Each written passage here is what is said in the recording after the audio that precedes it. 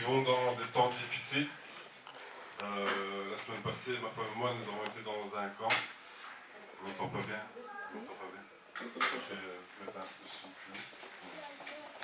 Ma femme et moi, nous avons été dans un camp et nous nous sommes rendus compte qu'il y avait beaucoup de gens blessés. On n'entend rien.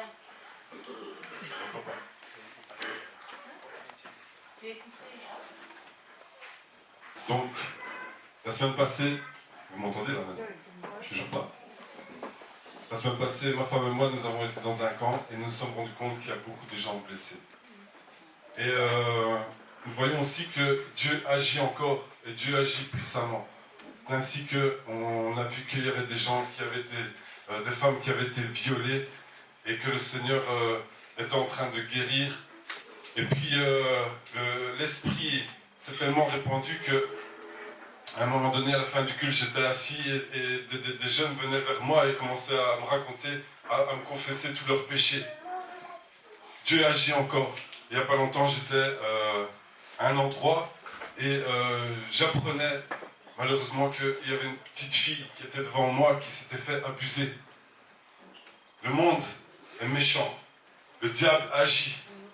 Mais Dieu agit encore. Et dans ces temps difficiles, nous avons plus que jamais besoin de Dieu encore. Amen. Nous allons prier pour la parole de Dieu. Éternel mon Dieu, c'est le moment le plus important.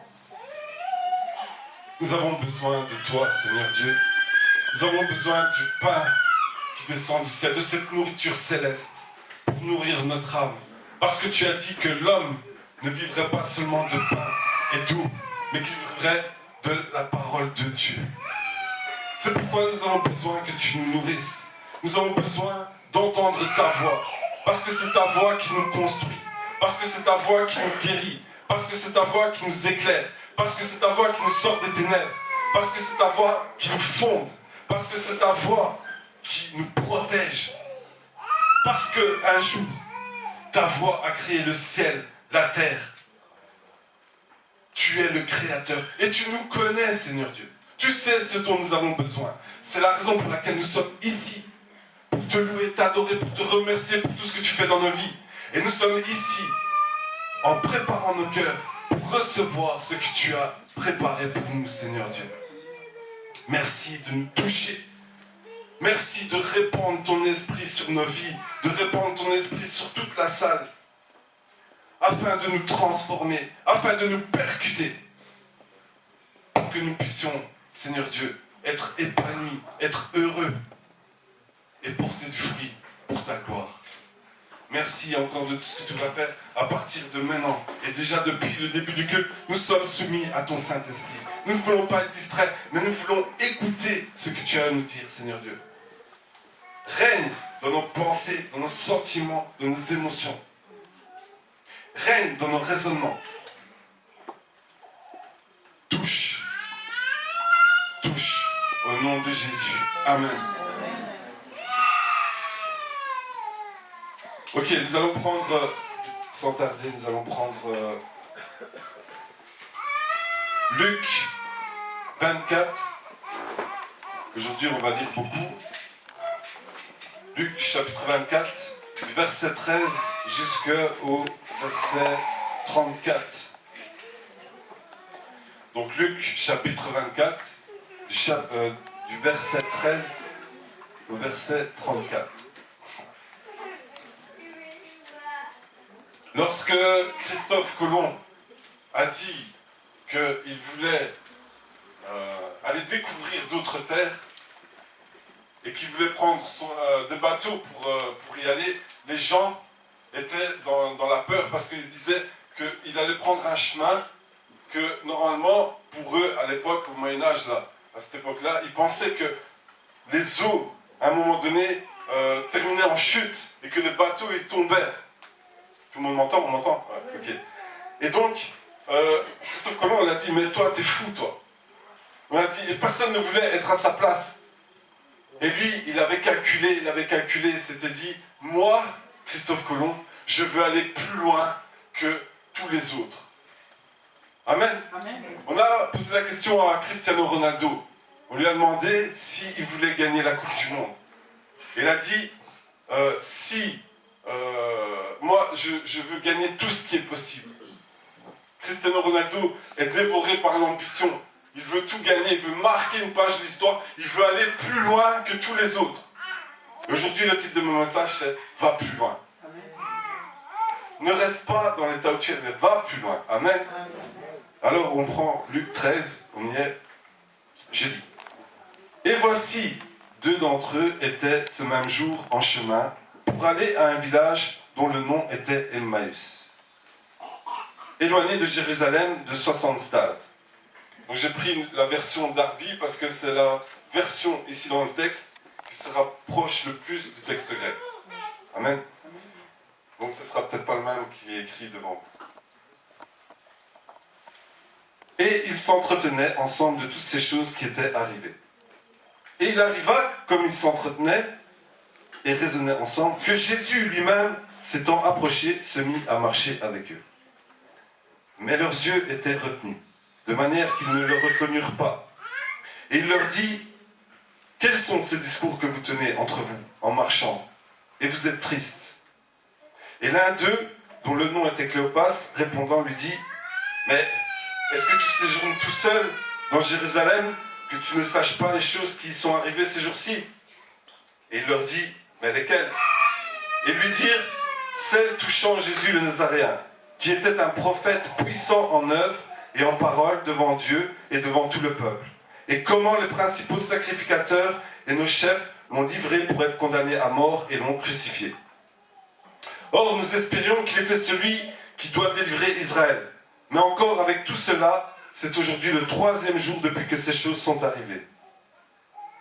Mais aussi, quelques femmes d'entre nous nous ont fort étonnés. Ayant été de grand matin au sépulcre, et n'ayant pas trouvé son corps, elles sont venues, disant qu'elles avaient vu aussi une vision d'anges qui disent qu'il est vivant. Et quelques-uns de ceux qui sont avec nous sont allés au sépulcre et ont trouvé les choses ainsi que les femmes aussi avaient dit. Mais pour lui, ils ne l'ont point vu. Et lui leur dit, « Ô gens sans intelligence, et lents de cœur à croire toutes les choses que les prophètes ont dit. Ne fallait-il pas que le Christ souffrit ces choses, et qu'il entrât dans sa gloire ? Et commençant par Moïse et par tous les prophètes, il leur expliquait dans toutes les Écritures les choses qui le regardent. Et ils approchèrent du village où ils allaient, et lui, il fit comme s'il allait plus loin. Ils le forcèrent, disant, « Demeure avec nous, car le soir approche et le jour a baissé. » Il entra pour rester avec eux. Il arriva que comme il était à table avec eux, il prit le pain et il bénit. Et l'ayant rompu, il leur distribua. Et leurs yeux furent ouverts, et ils le reconnurent. Mais lui devint invisible et disparut de devant eux. Ils dirent entre eux, notre cœur ne brûlait-il pas au-dedans de nous, lorsqu'il nous parlait par le chemin, et lorsqu'il nous ouvrait les Écritures? Et se levant à l'heure même, ils s'en retournèrent à Jérusalem, et trouvèrent assemblés les 11 et ceux qui étaient avec eux, disant, le Seigneur est réellement ressuscité, et il est apparu à Simon. Amen. Amen. C'est un texte magnifique. Magnifique.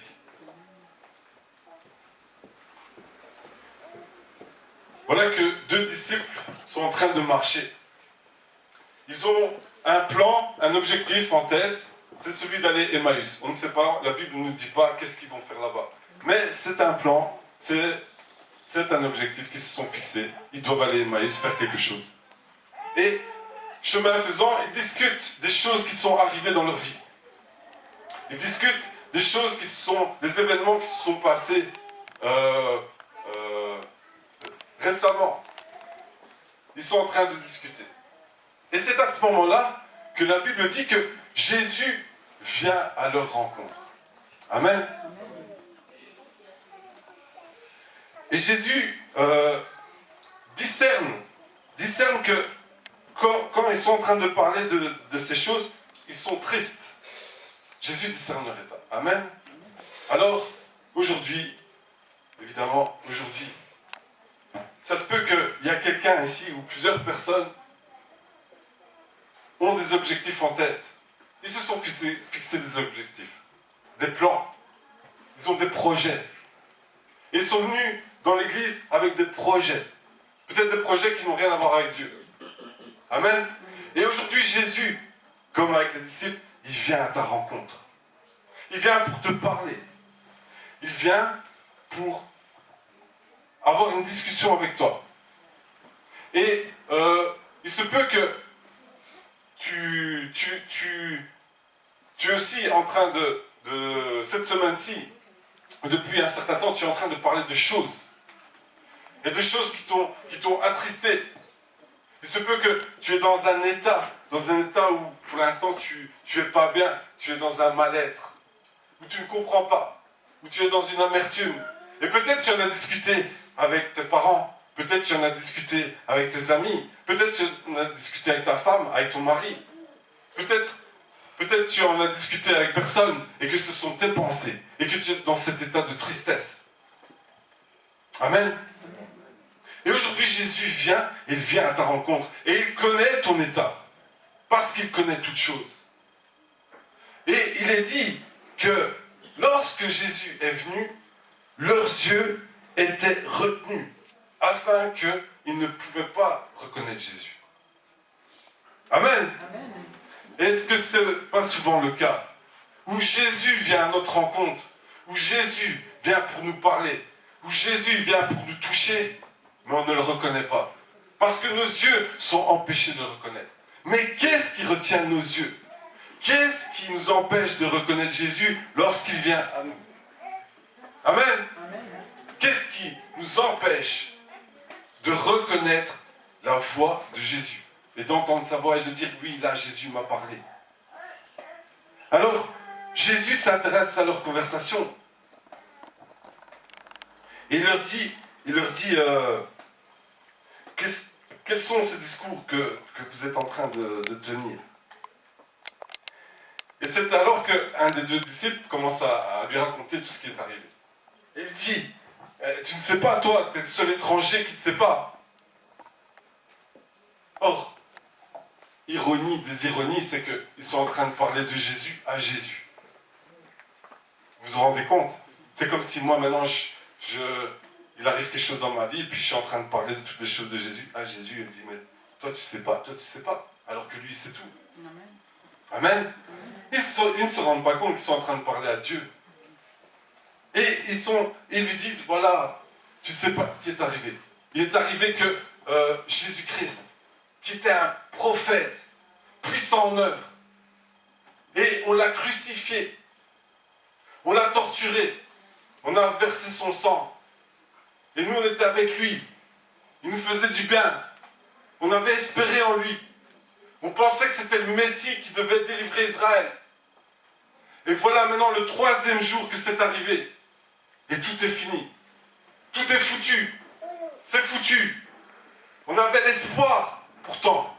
Mais c'est fini, c'est foutu. Amen. Amen. Et les chrétiens, c'est comme ça. Ils pensent d'une certaine manière, ils voient Dieu d'une certaine manière. Ils ont une vision des choses, les choses qu'on est en train de parler. Ils connaissent ces choses, mais ils n'en pénètrent pas le sens. Et les chrétiens, c'est toujours la même chose. Ils connaissent les choses, mais ils n'en pénètrent pas le sens. Parce qu'il faut toujours le discernement de Dieu pour les comprendre, les choses. Et donc, on réfléchit, on prie Dieu que son plan se manifeste toujours à notre manière à nous. Mais jamais à la manière de Dieu. Et on croit toujours que Dieu n'agit pas, que Dieu est mort. On croit que Jésus-Christ est mort et que dans notre situation qui est difficile, Jésus-Christ n'agit pas et Jésus-Christ est mort. Amen. Et parce qu'on ne le voit pas agir à notre manière, parce qu'on ne le voit pas agir dans ce qu'on a programmé, dans ce qu'on a cru qu'il était bon de la manière dont il devait agir, parce qu'on ne le voit pas agir comme ça, pour nous, il est mort. Amen. Amen. Et c'est là où c'est très important, où je veux le percuter aujourd'hui. Parce qu'il est dit que les principaux sacrificateurs, les chefs du peuple, ont crucifié Jésus. Et que l'œuvre s'est arrêtée. Combien de fois, nous, les chrétiens, on n'a pas dit l'œuvre, elle s'arrête. Moi, j'abandonne. Moi, je ne crois pas. Amen. Amen. Combien de fois on a dit c'est trop dur et Dieu n'agit pas. Et Dieu, je l'attends depuis des années, et ma situation ne change pas. Amen. Combien de personnes ici ont été blessées par des hommes, peut-être par des autorités, par des pasteurs, peut-être par moi-même? Combien ont été blessés par des situations et qui maintenant ont baissé les bras et ont dit Dieu n'existe pas parce que des hommes, ou on dit Dieu est mort, ou on dit Dieu n'agit pas dans ma situation parce que des hommes sont venus les blesser, parce que des situations sont venues les blesser. Combien on dit c'est foutu? Et pourtant, ils sont en train de s'adresser à Jésus. Jésus qui connaît leur état, qui dit pourquoi vous êtes triste. Et Jésus aujourd'hui connaît ton état. Il connaît les blessures de ton âme. Il connaît combien les gens peut-être t'ont fait du mal. Il connaît combien tu as souffert. Il sait tout de toi. Il te connaît encore mieux que toi tu te connais. Aujourd'hui, il vient à ta rencontre. Il veut te parler. Il veut avoir cette communion avec toi. Il est dit que leurs yeux étaient retenus. Parce que les yeux, c'est ce qui regarde en premier physiquement. Mais vous savez, on peut voir avec les yeux sans voir. C'est ainsi que les frères, Samuel, le prophète Samuel, regardait avec ses yeux les frères de David et disait certainement ce sera celui-là. Mais Dieu, lui, il dit ne t'attache pas aux apparences.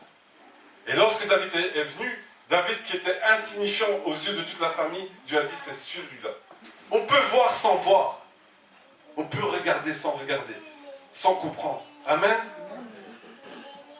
Ils étaient retenus pourquoi? Parce que dans leur cœur, il y avait autre chose que ce dont ils avaient besoin pour voir. Il y avait un dépôt. Il y avait un dépôt de quoi? De tristesse, de découragement, de dire c'est foutu. Amen. Et c'est ça qui nous empêche de voir l'œuvre de Dieu. C'est ça qui nous empêche de discerner Dieu. C'est ça qui nous empêche de discerner Jésus-Christ. Parce que dans nos cœurs, il y a de l'amertume, il y a la dépression, il y a le découragement, il y a l'angoisse, il y a l'endurcissement, et il y a tout ce que vous voulez, sauf l'Esprit de Dieu. L'Esprit de Dieu est en nous, mais il est tellement étouffé par ces choses-là qu'à un moment donné, on voit plus clair. Et puis, notre plan à nous est tellement meilleur que celui de Dieu. Donc pour les disciples, il fallait absolument que Jésus-Christ délivre Israël physiquement des Romains. C'était le seul objectif. Il était venu pour délivrer Israël physiquement. C'était le seul plan qui devait s'accomplir. Or, le plan de Dieu était tout autre. Jésus n'était pas venu pour libérer physiquement Israël des Romains, mais il était venu pour libérer spirituellement l'homme, et ainsi physiquement la suite. Amen. Amen. Mais tellement qu'ils avaient cet objectif-là, avec tout leur faux raisonnement, avec leur état qui était tellement lourd, parce qu'il y avait tout, sauf la vision de Dieu dans leur cœur, ils ne pouvaient pas reconnaître Jésus. Et ils ne pouvaient pas comprendre les Écritures.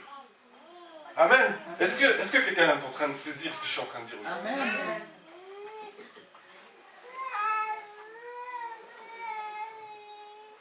Alors, il dit c'est foutu, mais ils disent comme ça qu'il y a quelques femmes qui ont été voir Jésus. Et quand ils ont été au tombeau, il y a des anges qui sont venus et ont dit mais Jésus n'est pas là parce qu'il est vivant. Et ces femmes ont cru. Mais alors, les hommes ne croient pas les femmes. Alors les hommes se disent, on doit aller voir de nous-mêmes. Ils vont voir de nous-mêmes, mais comme ils ne voient pas Jésus, pour eux, ils ne croient pas. Amen. Pourquoi? Parce qu'ils sont en train encore de vouloir chercher Jésus-Christ avec leurs yeux physiques. il ne regarde pas avec les yeux de la foi. Amen. Et combien de fois, nous, les chrétiens, on ne regarde pas avec les yeux de la foi, mais qu'on regarde avec les yeux physiques. Parce qu'on veut voir Jésus là où Jésus est déjà là, mais qu'on ne le voit pas parce qu'il n'agit pas comme nous on veut, alors ça ne va pas, alors c'est pas comme ça. Ça ne va pas. Ça ne va pas. Et on se décourage. Parce qu'on ne rejoint pas ce que Dieu veut faire pour nous. Parce on a déterminé absolument comment Dieu devait agir, ce qu'il devait faire, parce qu'on connaît mieux que Dieu. On sait mieux que Dieu ce qu'il doit faire.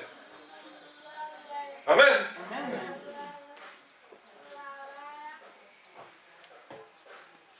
On a beau, un frère, une sœur aura beau venir nous dire ne fais pas ça, ne fais pas ça.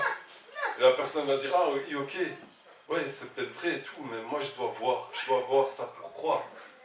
On ne va pas écouter, alors que Jésus s'était déjà présenté aux manières de ces femmes qui avaient dit, il est vivant, mais il n'arrivait pas à croire. Et combien de fois en prédication, combien de fois lorsque tu lis ta Bible, et combien de fois lorsque un frère ou une sœur vient te trouver, et que Dieu utilise toutes sortes de moyens, parce que Dieu parle tantôt d'une manière, tantôt d'une autre, mais l'homme n'y prend pas garde. Combien de fois tu n'y prends pas garde, on n'y prend pas garde, je n'y prends pas garde, et je dis, Dieu ne m'a pas parlé, j'ai prié, il ne m'a pas répondu. Et pourtant Dieu a parlé. Et Dieu s'est présenté sous diverses manières. Il s'est présenté sous un buisson ardent à Moïse. Il a parlé à Balaam par un âne.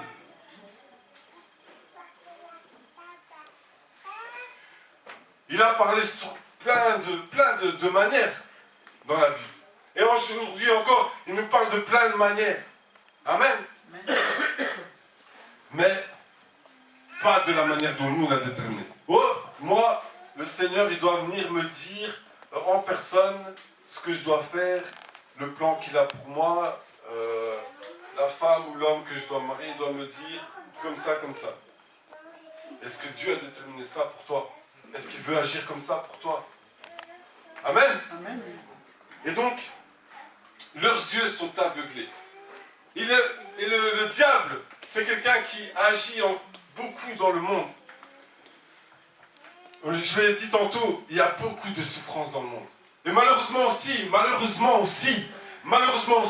il y a beaucoup de souffrances dans l'Église. Il y a beaucoup de gens, de chrétiens qui ont des blessures et qui ne guérissent pas et qui vivent avec ces blessures et qui rentrent dans le ministère avec ces blessures et qui font des dégâts avec leurs blessures. Parce que le diable a encore un droit sur eux, parce qu'ils n'arrivent pas à prendre position, parce qu'ils n'arrivent pas à laisser Dieu prendre toute la place, parce qu'ils empêchent Dieu par des blocages, par leurs fardeaux, par leurs blessures, ils empêchent Dieu d'intervenir dans leur vie.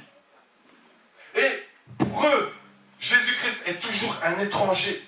Ils sont même en train de dire à Jésus-Christ, mais tu ne sais pas ce qui m'arrive, tu ne sais pas ce qui est en train d'arriver dans ma vie. Alors que Jésus-Christ est en train d'utiliser une situation, une personne pour nous parler, et ils sont en train de parler à Jésus, en train de dire, mais moi, ça fait ça, et je souffre, et pourquoi Dieu n'agit pas alors que lui, il est là, il est près de toi, et il veut parler d'une certaine manière, il veut te toucher, et toi, tu ne le reconnais pas, parce que ta blessure crie tellement fort, et parce que tes souffrances, et parce que tes fardeaux, et parce que ta situation, et parce que ce que tu as déterminé est plus important que ce que Dieu a dit. Tu bloques tout, et tu empêches Dieu de se révéler à toi, et de ne plus être un étranger, mais d'être un ami avec toi. Amen. Amen. Amen. Jésus-Christ est bon. Jésus-Christ veut nous libérer. Jésus-Christ veut nous faire du bien. Il est dit dans la parole que le diable aveugle les gens afin qu'ils ne puissent pas voir briller la splendeur de l'évangile dans leur vie. Amen.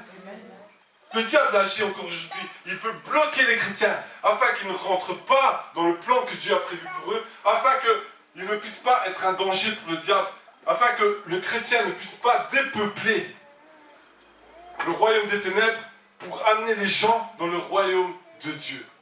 Et donc il va tout faire pour te bloquer. Et il va le faire bien. Mais le peuple de Dieu, il connaît la parole. On lui a déjà prêché, mon peuple périt par manque de connaissances. Fais attention à ça, fais attention à ci. Mais il connaît les choses. comme les disciples, connaissent les choses, mais ils n'en pénètrent pas le sens. Ils n'en comprennent pas le sens. On les connaît, mais on ne comprend pas le sens. Pourquoi? Parce qu'il y a tellement ce manque d'intimité avec Dieu. Il y a tellement... Jésus, on le connaît, mais c'est un étranger. Parce qu'on est incapable de le reconnaître quand il nous parle. Amen. Amen. Et aujourd'hui, je vois qu'il y a des gens qui sont en dépression. Ils sont dans un mauvais état. Mais Jésus vient à leur rencontre encore aujourd'hui. Parce que ce que Jésus-Christ veut faire, c'est ne pas rester, mais surtout ne pas rester un étranger. Et ce que Jésus-Christ veut faire, c'est ne pas te laisser dans ton état. Il veut te guérir, il veut te délivrer, il veut t'enlever, t'arracher des ténèbres. Alors que tu es censé être dans le royaume de lumière, mais tu es encore dans les ténèbres. Parce que la tristesse, la dépression, parce que tes plans sont au-dessus de Dieu. Amen. Et tu empêches Dieu d'entrer. Il est toujours, tu marches avec lui, il te dit qu'est-ce qui se passe, tu lui racontes ce qui se passe, mais tu ne le laisses pas rentrer. C'est un étranger pour toi. Tu ne le reconnais même pas. Amen. Amen. Or Dieu veut se révéler. Il est écrit dans la Bible, il y a des choses que l'œil n'a point vues, que l'oreille n'a point entendues, et qui ne sont point montées au cœur de l'homme. C'est le Saint-Esprit qui veut nous les révéler. Amen. Amen. Dieu veut nous révéler.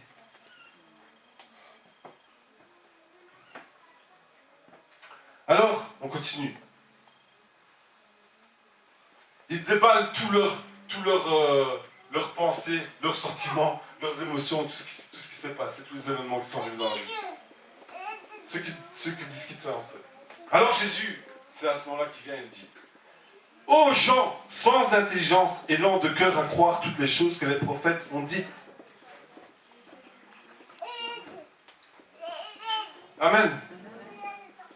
Ô gens sans intelligence. Parfois Jésus est dur, hein. C'est comme si je vous dirais la bande de crétins, vous comprenez rien.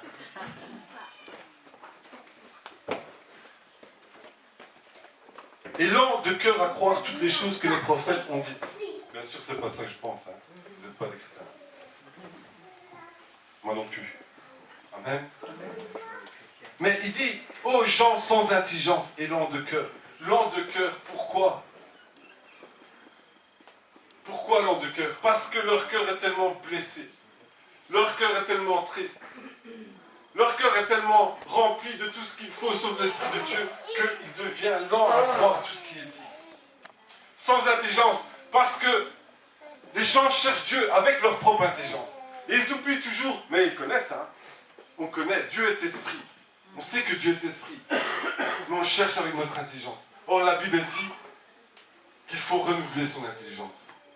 Amen. Il faut renouveler son intelligence. Et donc, nous avons besoin du Saint-Esprit, d'être remplis du Saint-Esprit pour renouveler notre intelligence. Et c'est là que Jésus-Christ, qui marche avec eux maintenant, entre dans la danse. Et il commence à parler. Il commence à parler aux disciples. Et il commence à les recadrer par la Bible, à les recadrer dans les versets, à les recadrer dans ce que les prophètes ont dit, à les recadrer dans ce qu'ils pensaient. Amen. Et on a besoin d'être recadré dans ce qu'on pense. On a besoin d'être recadré dans nos projets. On a besoin d'être recadré dans les choses qu'on vit. On a besoin d'avoir une nouvelle vision, un nouvel éclaircissement. On a besoin que le Saint-Esprit vienne et qu'il enlève tout ce qui est de nous. Parce que ce qui est de nous, c'est de la chair, et la chair conduit à la mort. Et on a besoin que le Saint-Esprit vienne, nous remplisse, afin que maintenant on puisse marcher dans la vie, et la vie en abondance. Amen. Amen. Et donc, le Saint-Esprit nous donne une vision nouvelle. Le Saint-Esprit vient et nous révèle. Et la révélation, c'est quoi? La révélation, c'est une prise de conscience d'une nouvelle réalité qui laisse une trace durable. Amen. Prise de conscience d'une nouvelle réalité qui laisse une trace durable. C'est-à-dire que tu ne restes pas inchangé. Tout d'un coup, le Saint-Esprit t'éclaire. Il touche ton cœur, il touche tes yeux, il touche tes oreilles, afin que les choses que tes yeux n'ont point vues, que tes oreilles n'ont point entendues, et que ton cœur ne sont pas montés dans ton cœur maintenant, tout ça vient et tu vois. Tout ça vient et tu entends. Et tout ça vient et ton cœur est changé. Amen. Et ton cœur maintenant pénètre le sens de ce que Dieu voulait pour ta vie, voulait et le plan qu'il avait dans ta vie. Amen. Amen. Parce que beaucoup ont tellement été blessés par des hommes, tellement été blessés par l'œuvre, par le diable, par quoi que ce soit, par des situations. Ils ont été bloqués, on m'a dit, on m'a saboté, on a dit, on m'a saboté, on m'a empêché, etc., etc. Et donc, ils se découragent, ils arrêtent. Mais ils oublient que Jésus-Christ n'est pas mort. Ils oublient que Jésus-Christ est ressuscité. Ils oublient comme ces disciples-là qui disaient c'est foutu, que c'est pas foutu parce que à Jésus-Christ appartient le dernier mot. Amen. Amen. Et donc Jésus les recadre. Et on a besoin d'être recadré. Et constamment, on a besoin d'être recadré. Constamment. Parce que chaque jour qui passe, il y a notre chair qui veut nous faire dévier. Il y a le diable qui veut nous faire dévier. Amen. Amen. Chaque jour, on a besoin d'être recadré dans la parole, dans les Écritures, par le Saint-Esprit. Amen. Amen. Amen. Alors, il leur parle. Ici, c'est extraordinaire. Extraordinaire ce qui se passe. Il s'approche du village où il allait et lui, il fit. Ça, c'est extraordinaire. Écoutez-moi. Il s'approche du village où ils allaient et lui, il fit comme s'il allait plus loin. Jésus fit comme s'il allait plus loin. Et ils le forcèrent, disant, demeure avec nous, car le soir approche et le jour a baissé. Et il entra pour rester avec eux. Amen. On est dans le cœur du message. Jésus-Christ fait semblant d'aller plus loin. Jésus-Christ marche avec les disciples, ils ont une conversation, il les recadre avec l'écriture, et puis, quand il s'arrête, il fait semblant d'aller plus loin. Mais pourquoi ? Pourquoi Jésus-Christ doit utiliser d'un stratagème comme celui-là? Pourquoi est-ce qu'il doit faire semblant, lui qui est Dieu, il doit faire semblant d'aller plus loin et de ne pas rester avec eux? Et c'est là où on rentre dans les secrets de Dieu. C'est là où on rentre dans les profondeurs de Dieu. Qui veut toucher les profondeurs de Dieu aujourd'hui? Qui veut rentrer dans les profondeurs de Dieu aujourd'hui? Qu'il puisse saisir cette parole aujourd'hui. Jésus fait mine d'aller plus loin. Et le titre de mon message, c'est « Va plus loin ». Parce que les disciples, ils ne laissent pas partir Jésus. Ils ne l'ont pas encore reconnu, hein, mais ils ne laissent pas partir Jésus. Et ils disent, il est dit dans la parole, ils le forçaient. Ils n'ont pas invité, mais viens, reste avec nous. Non, ils l'ont dit, oh, reste avec nous, c'est important, tu dois rester avec nous. Non, moi je dois aller, j'ai d'autres choses. Non, tu restes avec nous. Amen. Amen. Et aujourd'hui, c'est un secret aujourd'hui. Vous savez, Dieu est un Dieu de révélation. Amen. Révélation. C'est la prise de conscience d'une nouvelle réalité qui laisse une trace durable. Dieu est esprit. Et Dieu est un Dieu qui se cherche. Dieu, c'est pas n'importe qui. C'est pas un homme comme toi et moi. C'est qui Dieu par rapport à l'homme? Et qui est l'homme par rapport à Dieu? Qui suis-je par rapport à Dieu? Et Dieu, c'est un trésor. Et un trésor, il faut une carte pour aller le trouver. Et Dieu, c'est plus qu'un trésor. Dieu, c'est le Créateur, c'est celui qui nous sonde. C'est celui qui connaît toutes choses, il est omniscient. C'est celui qui est omnipotent. Et c'est celui qui se découvre. C'est celui qui se révèle petit à petit. Et on n'a pas assez d'une vie pour connaître qui est Dieu. Amen. Amen. Mais Dieu, ce qu'il fait, c'est qu'il mesure tout le temps notre âme. Et notre âme passe tout le temps au crible. Amen. Et qu'est-ce qu'il mesure? Il mesure la soif que tu as envers lui. Amen. Parce que Dieu, c'est pas quelqu'un qui s'impose. Il ne s'impose jamais. Il veut surtout pas t'ennuyer. Parce que Dieu, c'est pas quelqu'un d'ennuyant. Dieu, c'est quelqu'un d'extraordinaire. Et c'est quelqu'un de tellement extraordinaire qu'on n'a pas assez d'une vie pour découvrir sa personnalité. son plan. Amen. Et Dieu, il mesure notre soif et il dit comme ça, cherchez-moi de tout votre cœur et je me laisserai trouver par vous. Il n'a pas dit, cherchez-moi et je me laisserai trouver par vous. Il dit, cherchez-moi de tout votre cœur. Et le chrétien, lui, il cherchait un peu, puis ça, c'est fini. Mais il est dit, cherchez-moi de tout votre cœur. Et lorsque tu cherches Dieu de tout ton cœur, il se laisse trouver. Amen. Parce que Dieu ne veut surtout pas que tu puisses croire que c'est ennuyant dans sa présence. Parce que Dieu, c'est pas ça. Si toi tu crois que Dieu est ennuyant dans sa présence, c'est parce que tu es religieux et tu n'as pas pénétré le sens de qui est Dieu. Dieu est tout sauf ennuyant.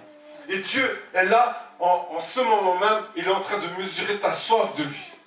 Il est en train de voir si tu le cherches de tout ton cœur, si tu veux le trouver de tout ton cœur. Amen. Il mesure ta soif. Et comment est-ce qu'il va mesurer ta soif? C'est quand tu viens le mardi, quand tu viens le jeudi, quand tu viens le dimanche, quand tu lis ta Bible, et quand tu as fait tout ça encore, que tu dis, non Seigneur, tu restes avec moi parce que j'en ai pas encore assez appris. Amen. Et que quand tu as eu tout ça, tu as encore soif. Et c'est à ce moment-là que Dieu se révèle. Amen. Pourquoi est-ce qu'ils l'ont forcé?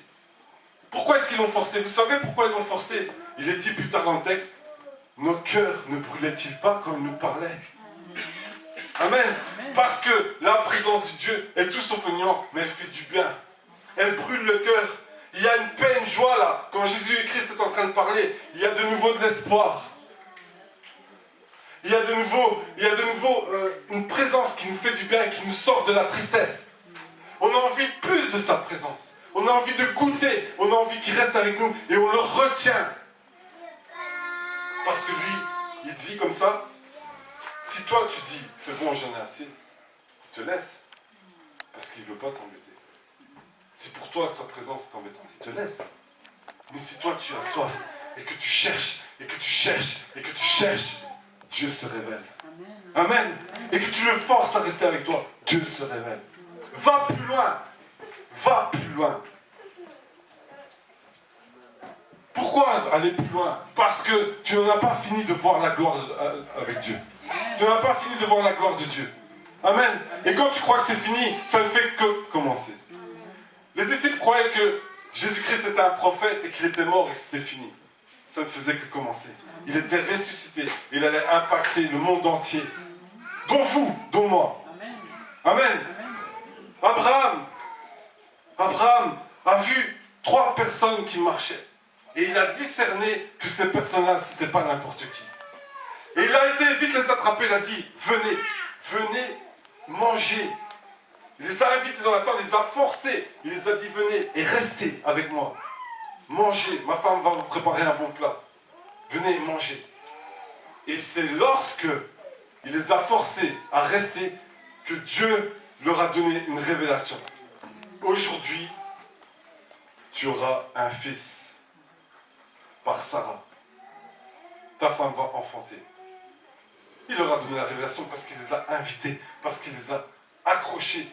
Amen. Accroche Dieu pour avoir la révélation. Pour que là où c'est stérile dans ta vie, il y ait la vie. Amen.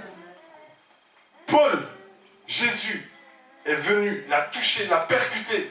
Il a vu Jésus, il a vu la lumière, qu'il l'a même aveuglé. Est-ce que ça était fini? Non, ça ne faisait que commencer. Paul a persévéré, malgré les persécutions, malgré la souffrance, malgré tout ce que vous pouvez connaître comme situation difficile, il les a connus. Il a persévéré et à un moment donné, il est arrivé au 3e ciel. Parce qu'il a voulu aller plus loin. Il est arrivé au 3e ciel et il a vu des choses qu'il ne sait même pas expliquer. Parce qu'avec Dieu, tu vas de gloire en gloire. Va plus loin. Amen. Qui veut aller plus loin aujourd'hui? Va plus loin. Amen. Et puis il y a Moïse. Et Moïse, il a vu la gloire de Dieu. Il a vu les 10 plaies. Il a vu des miracles. Il a traversé la mer à pied sec où les eaux se sont retirées devant lui. Il a nourri le peuple de Dieu, par du pain qui descend du ciel. Il a sorti l'eau du rocher. Il a vu des miracles sur miracles. Mais ça n'a pas encore été fini. Il a encore été plus loin. Parce qu'il a vu une partie de Dieu. Il a dit à Dieu, montre-moi ta gloire. Et Dieu lui a montré une partie de sa gloire. Et puis quand il est mort, c'était même pas encore fini. Parce qu'il devait apparaître 1000 ans plus tard, 2000 ans, je ne sais pas. Il devait encore apparaître là où il y avait la transfiguration. Et il venait voir Jésus. La gloire de Dieu à l'état pur. Il allait de gloire en gloire. Va plus loin. Parce que quand tu crois que Dieu en a fini avec toi, mais il ne fait que commencer. Quand tu crois que c'est fini, mais ça ne fait que commencer. C'est toi qui dis, c'est fini. On m'a cassé. Je suis découragé. Ou la situation ne change pas. C'est toi qui limites Dieu. Et Dieu, lui, il est en train de te dire, va plus loin. Il vient à ta rencontre. Il vient à ta rencontre. Là où tu as fauté, où tu as fait des erreurs, il vient et te dit, c'est pas grave, maintenant, les choses anciennes sont passées. Voici, elles sont devenues nouvelles. Tu es une nouvelle créature. Marche devant ma face. Relève ta tête. Cherche-moi de tout ton cœur et je me révélerai à toi. Amen. Je vais te montrer qui je suis.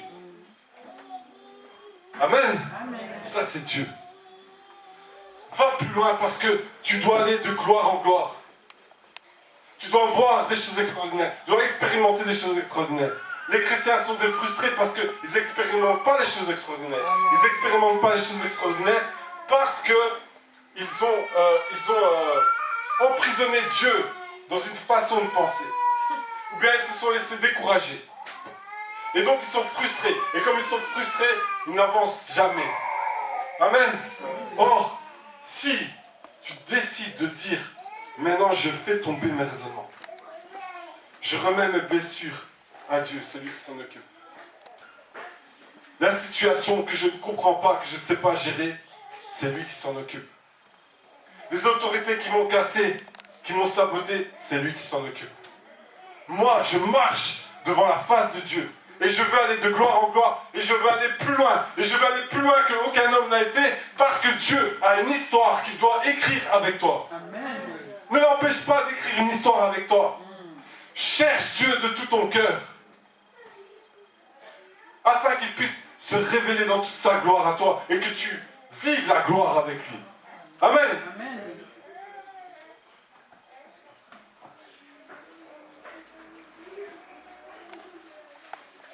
Il rêva que comme il était à table avec eux, il prit le pain et il bénit.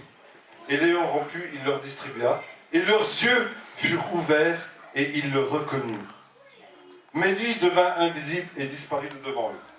Extraordinaire, encore une fois. On est au dessert ici. On est au dessert ici. Jésus, lorsqu'il rompt le pain, à ce moment-là, les yeux des disciples se sont ouverts. Ils ont forcé Jésus à rester avec eux. C'est là que Dieu se révèle.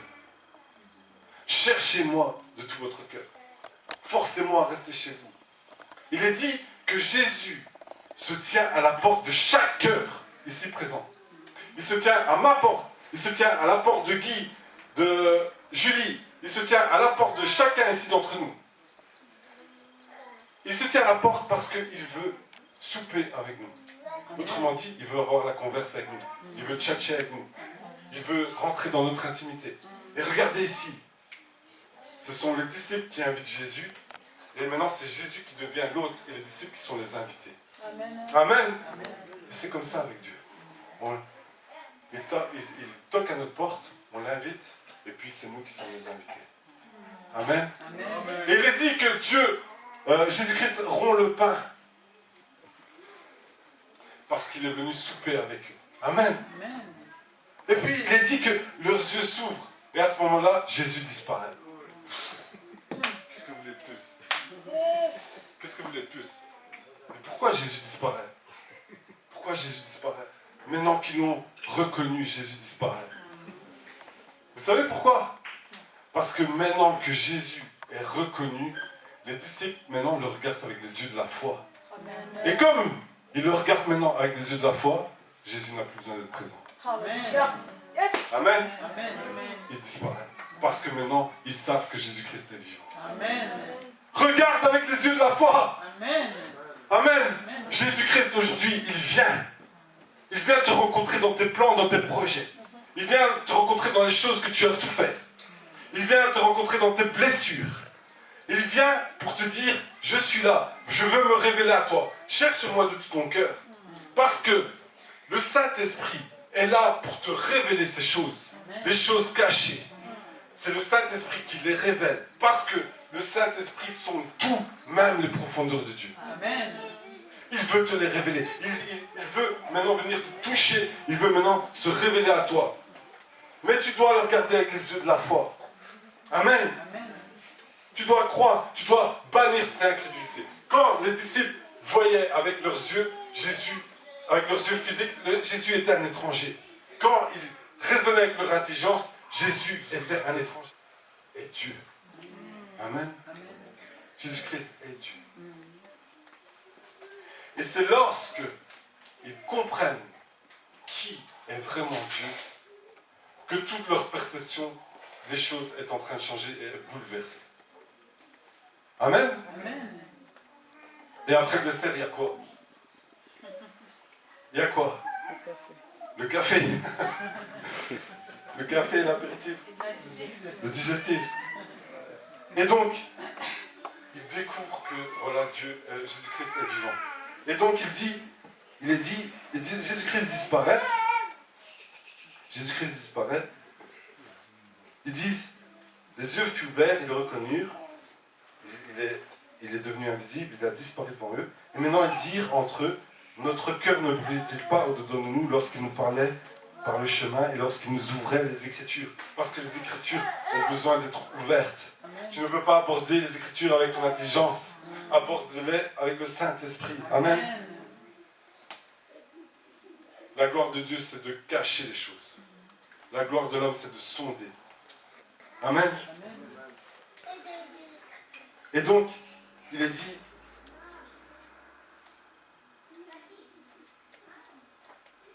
et se levant à l'heure même, ils s'en retournèrent à Jérusalem et trouvèrent ensemble les 11 et ceux qui étaient avec eux. Alors, les disciples s'étaient arrêtés parce qu'il faisait nuit. Et donc, ils se sont arrêtés parce qu'il faisait nuit, mais parce qu'il fallait se protéger, parce que les chemins n'étaient plus sûrs quand il faisait nuit. Donc, il fallait s'arrêter, prendre un gîte, il fallait aller rentrer pour se protéger. C'était urgent. Ils ont invité Jésus à venir rester. Leur projet, c'était d'aller à Emmaüs. Mais Jésus-Christ s'est révélé à eux. Jésus-Christ les a percutés. Jésus-Christ a brûlé leur cœur. Jésus-Christ les a touchés. Jésus-Christ les a guéris. Jésus-Christ les a ouvert l'Écriture. Jésus-Christ a enlevé leur fardeau qui pesait. Jésus-Christ leur a redonné l'espoir. Et Jésus-Christ s'est révélé à eux en tant que Dieu, en tant que tout, en tant que sublime, que tout ce que vous voulez. Jésus-Christ s'est révélé à un tel point que les disciples disent maintenant, on ne doit plus aller à Emmaüs. Tous les projets qu'on avait établis, c'est fini. Ça passe après. Ils devaient se mettre dans l'urgence, à l'abri. Ça n'a plus d'importance. Parce que l'urgence maintenant, c'est d'aller annoncer l'évangile. Amen. C'est d'aller annoncer la bonne nouvelle. C'est ça l'urgence. Parce que tout leur raisonnement, tous leurs projets, toutes les choses dont ils parlaient ont été bouleversés à un tel point que maintenant, il faut absolument aller annoncer à l'heure même, peu importe le danger, peu importe tout ce qu'ils avaient décidé, tout ça n'a plus d'importance. Mais ce qui a l'importance, c'est l'œuvre de Dieu. Et on doit aller annoncer. Parce que notre cœur a brûlé. Amen. Amen. Est-ce qu'il y a quelqu'un qui saisit cette parole aujourd'hui? Amen. Amen. Amen. Je vais appeler la louange ici.